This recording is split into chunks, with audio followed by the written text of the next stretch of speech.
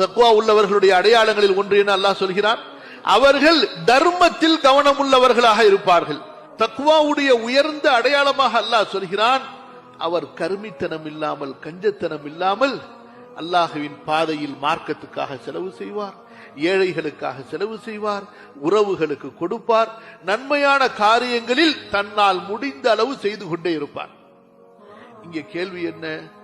வசதி இருக்க வேண்டுமே, செல்வம் இருக்க வேண்டுமே? இல்லை சகோதரர்களே, அல்லாஹு தஆலா இந்த இடத்தில் இதைத்தான் நமக்கு வலியுறுத்துகிறான். அவர்கள் நெருக்கடியில் இருந்தாலும் தர்மம் செய்வார்கள், வசதி இல்லாமல் இருந்தாலும் தர்மம் செய்வார்கள், தங்களுடைய வறுமையிலும் செலவு தர்மம் செய்வார்கள், தங்களுடைய செல்வ நிலையிலும் தர்மம் செய்வார்கள்.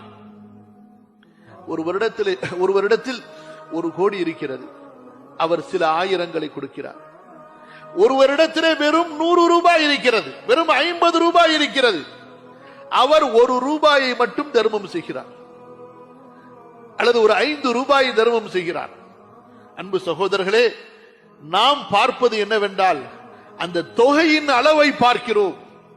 அல்லாஹ் சுப்ஹானஹு வ தஆலா பார்ப்பது எதுவென்றால் கொடுக்கின்ற மனிதனுடைய தக்வாவை பார்க்கிறான், அவனுடைய இஹ்லாஸை அல்லாஹ் பார்க்கிறான், அவன் எந்த எண்ணத்தில் கொடுக்கிறான் என்பதை பார்க்கிறான். அல்லாஹ் உன்னை திருப்திப்படுத்துவதற்காக என்னால் முடிந்ததை கொடுக்கிறேன்.